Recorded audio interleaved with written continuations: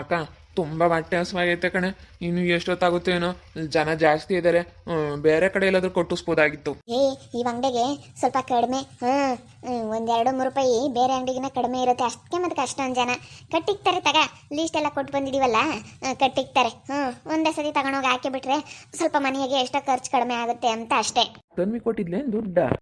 ತನ್ವಿ ಒಂದು 5,000 ರೂಪಾಯಿ ಕೊಟ್ಟಿದ್ಲಪ್ಪ. ನನ್ನ ಹತ್ರ ಐತೆ ಇಟ್ಕೊಳಕ ಅಂತೇಳಿ ಕೊಟ್ಟಿದ್ಲ. ಅದಕ್ಕೆ ಒಂದು 3,000 ರೂಪಾಯಿ ರೇಷನ್ ಆದ್ರೂ ತಗೊಂಡೋಗೋಣ ಮನೆಗೆ ಅಂತೇಳಿ ಬಂದಿದ್ದಾಯ್ತು ಟೌನ್ಗೆ. ನೋಡಿ ಎಲ್ಲಾದ್ರೂ ಏನಾನ ತಿಂಬಾನ, ಇಲ್ಲೆಲ್ಲ ಹೋಟ್ಲ ಇದಾವೆ ನೋಡೋಣ. ಯಾ ತಿಂತೀಯ ನೀನು? ಬಿರಿಯಾನಿ ತಿನ್ಬೇಕು ಅಂತ ಅನ್ನಿಸ್ತೈತೆ ಕಣೆ. ಬಿರಿಯಾನಿ ತಿಮ್ಮನ್ ಬಾ ಅಕ್ಕ. ಒಂದೊಂದು ಪ್ಲೇಟ್ ಇಬ್ರು ಬಿರಿಯಾನಿ ತಿಂದು ಹೋಗ್ಬಿಡೋಣ. ತನ್ವಿಗೂ ಹಂಗೆ ಏನಾದರೂ ತಗೊಂಡೋಗಣ ತಿನ್ನಕ್ಕೆ. ನಡಿ, ಇನ್ನು ಲೇಟ್ ಆಗುತ್ತೆ ಅನ್ಸುತ್ತೆ. ಒಂದೊಂದು ಪ್ಲೇಟ್ ಬಿರಿಯಾನಿ ತಿಂದ್ಬಿಡೋಣ. ಏ ಬಿಡ, ಇರೋ ತಕ್ಕ ತಿನ್ಬೇಕು, ಇರೋ ತಕ್ಕ ಚೆನ್ನಾಗಿರ್ಬೇಕು. ತಿನ್ಬೇಕು, ನಮ್ಗೆ ಏನು ಇಷ್ಟ ಬರುತ್ತೋ ಅದನ್ನು. ನನಗಂತೂ ಇವತ್ತು ಖುಷಿ ಆಗ್ಬಿಟ್ಟೈತಿ. ಹೆಂಗ ಪ್ರವಿಯರು ಫೋನ್ ಮಾಡಿರೋದಕ್ಕೆ. ನಡಿ, ಇವತ್ತು ಒಂದು ಪ್ಲೇಟ್ ಬಿರಿಯಾನಿ ಕೊಡಿಸ್ಬಿಡ್ತೀನಿ ನಿನಗೆ. ಮತ್ತೆ ಅದೇ ಖುಷಿಗೇನೆ ಬಿರಿಯಾನಿ, ಒಂದು ಪ್ಲೇಟ್ ಕಬಾಬು. ಭಾಳ ದಿವಸ ಆಗೈತೆ ಈ ನಡುವೆ ಎಲ್ಲ ತಿಂದೇ ಇಲ್ಲ. ಅದಕ್ಕೆ ಹೆಂಗೂ ಮಾಮ್ ಫೋನ್ ಮಾಡಿರೋದಕ್ಕೆ ನೀನು ಇವತ್ತು ನನಗೆ ಕೊಡಿಸ್ಲೇಬೇಕು. ಕೊಡಿಸ್ತೀನಿ ನಡಿಯಲ್ಲ. ಅದೇ ಖುಷಿಗೆ ನಿನಗೆ ಇವತ್ತೆಲ್ಲ ಕೊಡಿಸ್ತೀನಿ. ಹಂಗೆ ನಿನಗೆ ಜ್ಯೂಸು ಒಂದು ಲೋಟ. ಇವಾಗ ಫಸ್ಟು ಬಿರಿಯಾನಿ ತಿನ್ನು. ಒಂದು ಕಬಾಬು ಬಿರಿಯಾನಿನ. ನಡಿ, ನಾನೊಂದು ಬಿರಿಯಾನಿ ಕಬಾಬು, ನೀನೊಂದು ಬಿರಿಯಾನಿ ಕಬಾಬು, ಇಬ್ರು ಹೊಟ್ಟೆ ತುಂಬ ತಿಂದುಬಿಡೋಣ. ಆಮೇಲೆ ರೇಷನ್ ತಗೊಂಡು ಮನೆ ಕಡೆಗೆ ಹೋಗೋಕ್ಕಾಗುತ್ತೆ. ಇನ್ನು ಲೇಟ್ ಆಗುತ್ತೆ, ಇನ್ನೊಂದು ಅರ್ಧ ಗಂಟೆ ಮೇಲಾಗುತ್ತೆ ಅಂತಂದವ್ರೆ. ನಡಿ, ಹಂಗಷ್ಟೊತ್ತಿಗೆ ತಿನ್ಕೊಂಬರೋಣ. ಯಾವುದಾದ್ರೂ ಒಂದು ಒಳ್ಳೆ ಹೋಟೆಲ್ಗೆ ಹೋಗೋಣ. ನಡಿ, ಚೆನ್ನಾಗಿರಬೇಕು ಬಿರಿಯಾನಿ ಟೇಸ್ಟು. ಇಲ್ಲೈತಿ, ಇದು 1 ಮೀಟ್ರ್ ಹೋಟ್ಲು ಕಾಣಿಸ್ತಾ ಇಲ್ಲವಲ್ಲ. ಇಲ್ಲೆಲ್ಲಿದಾವೋ ಏನಪ್ಪ. ನಡಿಯಕ್ಕ, ಈ ಕಡೆ ಇಲ್ಲಿ ಎಲ್ಲಾದ್ರೂ ಇರಬೇಕು. ಹಿಂಗೆ ನೋಡ್ತಾ ಹೋದ್ರೆ ಸಿಗ್ತಾವೆ. ನೋಡೋಣ ಬಾ, ಇನ್ನೂ ಟೈಮ್ ಐತಿ. ಇನ್ನೊಂದು ಅರ್ಧ ಗಂಟೆ, 3/4 ಗಂಟೆ ಆಗುತ್ತೆ. ಅರ್ಧ ಗಂಟೆ ಅಂದವ್ರು ಇನ್ನೂ 3/4 ಗಂಟೆ ಮೇಲೆ ಆಗುತ್ತೆ. ಇನ್ನೂ 1 ಗಂಟೆ ಆಗುತ್ತಪ್ಪ ಒಟ್ಟಿನಲ್ಲಿ. ಆದರೂ ಆಗುತ್ತೆ. ಮೆಲ್ಲಕ್ಕೆ ನೋಡ್ಕೊಂಡು ಇವತ್ತು ನನಗಾಗಿರೋ ಖುಷಿಗೆ ನಿನಗೆ ಬಿರಿಯಾನಿ ಕಬಾಬ್ ಫಿಕ್ಸ್ ಬಾ. ಇವತ್ತು ನನಗೆ ಬಿರಿಯಾನಿ ತಿಂಬ ಅಂತ ಅದೃಷ್ಟ ಬಂದ್ಬಿಡ್ತಲ್ಲ ನಮ್ಮ ಮಾಮ ಫೋನ್ ಮಾಡಿದಕ್ಕೆ. ಎಲ್ಲದಕ್ಕೂ ಗಳಿಗೆ ಅನ್ನೋದು ಬರಬೇಕು, ಸಮಯ ಅನ್ನೋದು ಅಂತಾರಲ್ಲ. ಅದಕ್ಕೆ ಆ ಸಮಯ ಬಂದಾಗ ಎಲ್ಲ ತಾನಾಗುತ್ತಾಗ. ನನಗಂತೂ ಬಾಯಿ ಕೆಟ್ಟಂಗೆ ಆಗ್ಬಿಟ್ಟಿತ್ತು. ಮೊನ್ನೆ ಬೇರೆ ಸ್ವಲ್ಪ ಯಾಕೋ ಜ್ವರ ಬಂದಂಗೆ ಆಗ್ಬಿಟ್ಟಿತ್ತಾ. ಒಂದು ಮಾತ್ರ ತಗೋಬಿಟ್ಟಿದ್ದೆ. ಅವತ್ತಂತೂ ಬಾಯಿ ಎಲ್ಲ ಒಂಥರ, ಅಯ್ಯೋ ಏನು ತಿಂದ್ರು ನನಗೆ ಸಮಾಧಾನನೇ ಆಗ್ತಾ ಇರಲಿಲ್ಲ ಅಕ್ಕ. ಅದಕ್ಕೇನೆ ಟೇಸ್ಟೇ ಸಿಗ್ತಾ ಇಲ್ಲ ಏನು ತಿಂದ್ರು. ಇವತ್ತು ಬಿರಿಯಾನಿ ಕಬಾಬ್ ತಿಂದ್ಬಿಟ್ರೆ ಆಮೇಲೆ ತಿನ್ನೋ ಊಟ ಎಲ್ಲ ನನಗೆ ಟೇಸ್ಟ್ ಸಿಕ್ಬಿಡುತ್ತೆ. ತಿನ್ಕೊಂಡಿದ್ದವ್ರಿಗೆ ಹಂಗೆ ಆಗೋದು. ಎಷ್ಟೊತ್ತಿಗೆ ತಿಂತೀವಪ್ಪ ಅಂತ ಅನ್ನಿಸ್ತಾ ಇರುತ್ತೆ. ನನಗೂ ಹಂಗೆ ಈಗ ಆಗಿರೋದು.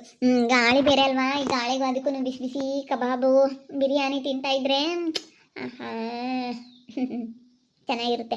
ಬಿಸಿಲು ಟೈಮಲ್ಲಿ ಅಂಥದ್ದೆಲ್ಲ ತಿನ್ನೋಕ್ಕಾಗಲ್ಲ. ಇಂಥ ಗಾಳಿ ಟೈಮಲ್ಲ, ಇವಾಗ ಗಾಳಿ ಸ್ವಲ್ಪ ಮೋಡ ಬೇರೆ ಇರುತ್ತಲ್ಲ, ಆರಾಮಾಗಿ ಚೆನ್ನಾಗಿ ತಿಂದ್ಬಿಡ್ಬೋದು. ತನ್ವಿಗೊಂದು ಪ್ಲೇಟ್ ತಗೊಂಡೋಗೋಣ ಅಕ್ಕ ಪಾಪ. ಅವಳು ತಿಂದಿಲ್ಲ. ಇಲ್ಲ ನಾವೇ ಯಾವಾಗಾದ್ರೂ ಮಾಡೋಕ್ಕಾಗುತ್ತೆ. ಇನ್ನೊಂದು ಸ್ವಲ್ಪ ದಿನ ಬಿಟ್ಕೊಂಡು ಇವಾಗ ತನ್ವಿಗೂ ಒಂದು ಪ್ಲೇಟ್ ತಗೊಂಡೋಗೋಣ. ದುಡ್ಡು ಐತಲ್ಲ, ಅವಳು ಕೊಟ್ಟಿರೋದೆ ತಗೊಂಡ್ರಾಯ್ತು. ತಗೊಂಡೋಗನ ಹೇಳಕ್ಲೈ. ಪಾಪ ಅವಳು ತಿನ್ಲಿ, ಇನ್ನೇನು ಮಾಡೋಕ್ಕಾಗುತ್ತೆ. ಅವಳು ತಗೊಂಡೋದ್ರೆ ಅದು ಇದು ಕೊಡಿಸ್ಕೊಂಡು ಅವಳನ್ನ ಚೆನ್ನಾಗಿ ಇಕ್ಕೋಬೇಕು. ಮತ್ತೆ ಅದು ಇದು ಮಾತಾಡ್ಬಿಡ್ತಾಳೆ. ಅದಕ್ಕೆ ಅದು ಇದು ತಿಂಬೋದು, ಅದು ಇದು ತಗೊಂಬಂದು ಕೊಟ್ಟು ಸ್ವಲ್ಪ ಅವಳನ್ನ ಚೆನ್ನಾಗಿ ಇಕ್ಕೋಬೇಕು ನಾವು. ಪೆಡ್ ಫೋನ್ ತಗೋಬಿಟ್ಟೆ. ಇನ್ನು ಸಿಮ್ಮನ್ನು ತಗೋಬಿಟ್ರೆ ಸಿಮ್ಮನು ಬರುತ್ತೀನಿ, ಒಂದು 5 ನಿಮಿಷ ಕೊಟ್ಬಿಡ್ತಾರೆ ಸಿಮ್ಮನು. Keypad phone ತಗೋಬಿಟ್ಟಿದ್ದೀನಿ. ಇನ್ನು ಆರಾಮ ಮಾತಾಡ್ಕೊಂಡು ಇದ್ಬಿಡ್ಬೋದು ಕರಿಯಮ್ಮನ ಜೊತೆ. ಫೋನ್ ಮನೇಲೇ ಬಿಟ್ಬಿಡ್ತೀನಿ ನಂದ. ಮನೇಲೇ ಬಿಟ್ಟು ಹೋಗ್ಬಿಟ್ರೆ ಫೋನು ಬರಲ್ಲ, ಎಂಥದ್ದು ಬರಲ್ಲ. ಬೇಗ ಊರಿಗೆ ಹೋಗ್ಬಿಡ್ಬೇಕು.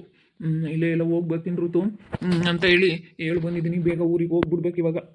ಇದೇನಿದು ಕರಿಯಮ್ಮ ಅಲ್ವಾ? ಕರೀನಾ, ಏನಿಲ್ಲಿ? ಕರೀನಮ್ ತಮ್ಮ. ಇಬ್ರು ಬರ್ತಾವ್ರೆ. ಎಲ್ಲಿಗೋ ಬಂದಿದ್ರು ಅನ್ಸುತ್ತೆ. ಅಪ್ಪ ಇವತ್ತು ಎಂಥ ಕೆಲಸ ಆಯಿತು. ಸಡನ್ನಾಗಿ ಇವತ್ತು ಕಾಲೂ ಮಾಡಿದೆ. ಸಡನ್ನಾಗಿ ಇವತ್ತು ಕರೀನೂ ನೋಡ್ದಂಗೆ ಆಗ್ಬಿಡ್ತಲ್ಲ. ನೋಡು ನಮ್ಮಿಬ್ರದ್ದು ಬಾಂಡಿಂಗ್ ಅನ್ನೋದು ಯಾವ ಥರ ಐತೆ ಅಂತ. ಅಪ್ಪ ಪ್ರವಿಯವರೇ, ನನಗಂತೂ ಅಯ್ಯಪ್ಪ ಕರಿಯ ಇದೇನು ಶಾಕು, ಏನು ನಿಜನಾ? ಅಪ್ಪ ದೇವ್ರೆ, ಅಪ್ಪ ಸಡನ್ನಾಗಿ ನೋಡ್ಬಿಟ್ಟೆ. ಏನು ನೀವು ಒಬ್ಬರೇ ಬಂದಿದ್ದೀರಾ? ಕರೀನಾ, ನಾನು ಒಬ್ಬನೇ ಬಂದಿದ್ದೀನಿ. ಅಯ್ಯೋ ನನಗೂ ಹಂಗೆ ನೋಡ್ಬಿಟ್ಟು ಅಪ್ಪ ಶಾಕ್ ಆಗ್ಬಿಡ್ತು. ಇದೇನು ನೋಡು ಹೆಂಗೆ ಯಾವ ಥರ ನೋಡು.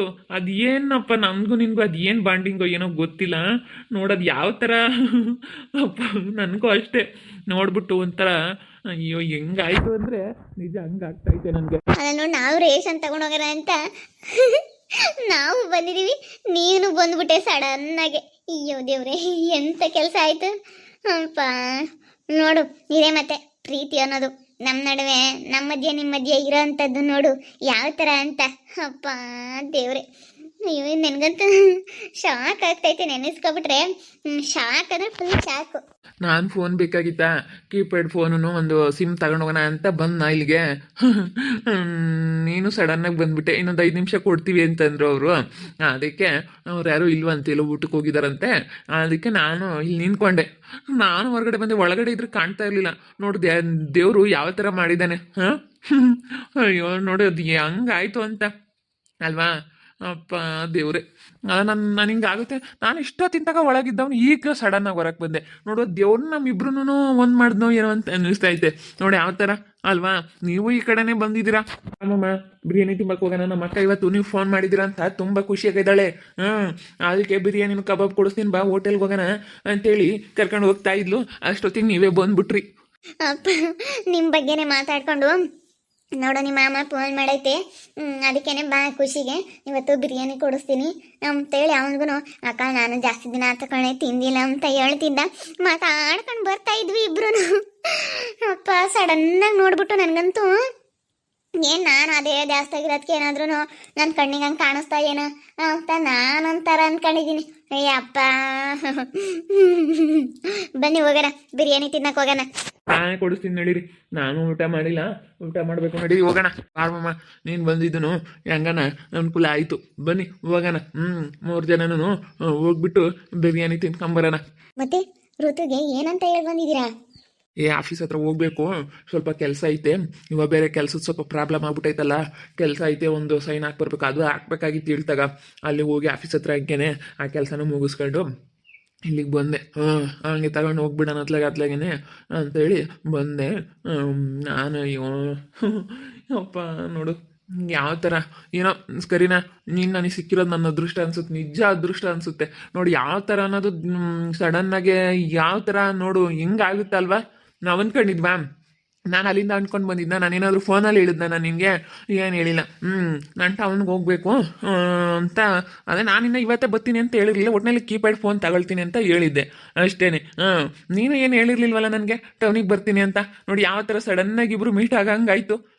ಸಡನ್ಲಿ ಎಷ್ಟು ಸರ್ಪ್ರೈಸ್ ಆಯಿತು ಅಂದರೆ ಯಪ್ಪ, ನಿಜ ತುಂಬ ಸರ್ಪ್ರೈಸ್ ಆಗ್ಬಿಡ್ತು. ಎಂಥ ಸರ್ಪ್ರೈಸ್ ಕೊಟ್ಬಿಟ್ಟೆ ಕರೀನಾ ನೀನು. ಸುಮ್ಮನೆ ಅಲ್ಲ, ಅದು ಎಲ್ರಿಗೂ ಬರಲ್ಲ ನೋಡು. ನಾವಿಬ್ರು ದೂರ ಆಗೋದು ಅದು ದೇವರಿಗೂ ಇಷ್ಟ ಇಲ್ಲ ಅನ್ಸುತ್ತೆ. ಅದಕ್ಕೇನೆ ಹಿಂಗೆ ಏಕಾಏಕಿ ಮುಖಾಮುಖಿ ಆಗಿದ್ದು. ಯಾವ ಥರ ನಾವಿಬ್ರು ಮುಖಾಮುಖಿ ಆಗ್ಬಿಟ್ವಿ.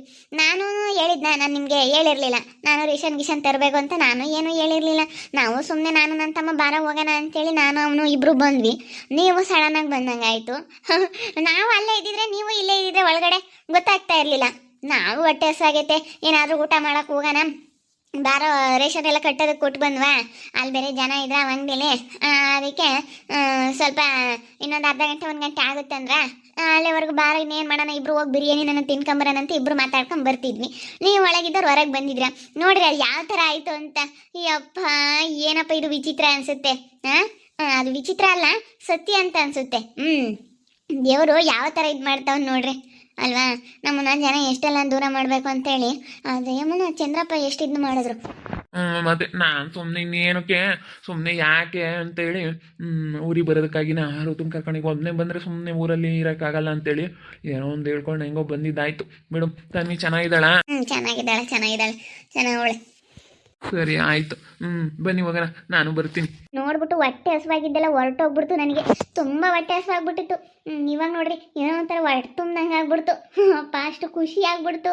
ಅಯ್ಯಪ್ಪ ಅದು ಏನು ಖುಷಿ ಅಂತೀಯ. ನೀವು ನಿಜ ಪ್ರವಿ ಅವರೇ, ನೀನು ನಮಗೆ ಫೋನ್ ಮಾಡ್ದಂಗಿಂದಲೇ ನನ್ನ ಮನಸ್ಸಿಗೆ ಎಷ್ಟೋ ಸ್ವಲ್ಪ ಸಮಾಧಾನ ಆಯಿತು. ಇಲ್ಲಾಂದರೆ ನನಗಂತೂ ಅದೇ ಚಿಂತೆ ಆಗ್ಬಿಟ್ಟಿತ್ತು. ನಾನು ಊರಿಗೆ ಬಂದಿದ್ದ ತಕ್ಷಣ ಮಾಡ್ಬಿಡೋಣ ಅಂತ ಅನ್ಕೊಂಡೆ, ಆದ್ರೆ ಬೇಡ ಅಂತ ಸುಮ್ಮನಾದೆ. ಯಾಕೆ ಬೇಕು ಈಗ ಊರಿಗೆ ಬಂದಿದ್ದ ತಕ್ಷಣ ನಾನು ನಿನಗೆ ಕಾಲ್ ಮಾಡಿದ್ರು ಸುಮ್ಮನೆ ಅದು ಇದು ಅಂತ ಶ್ರುತಿ ಇದು ಮಾಡ್ಕೊಳ್ಳಳು.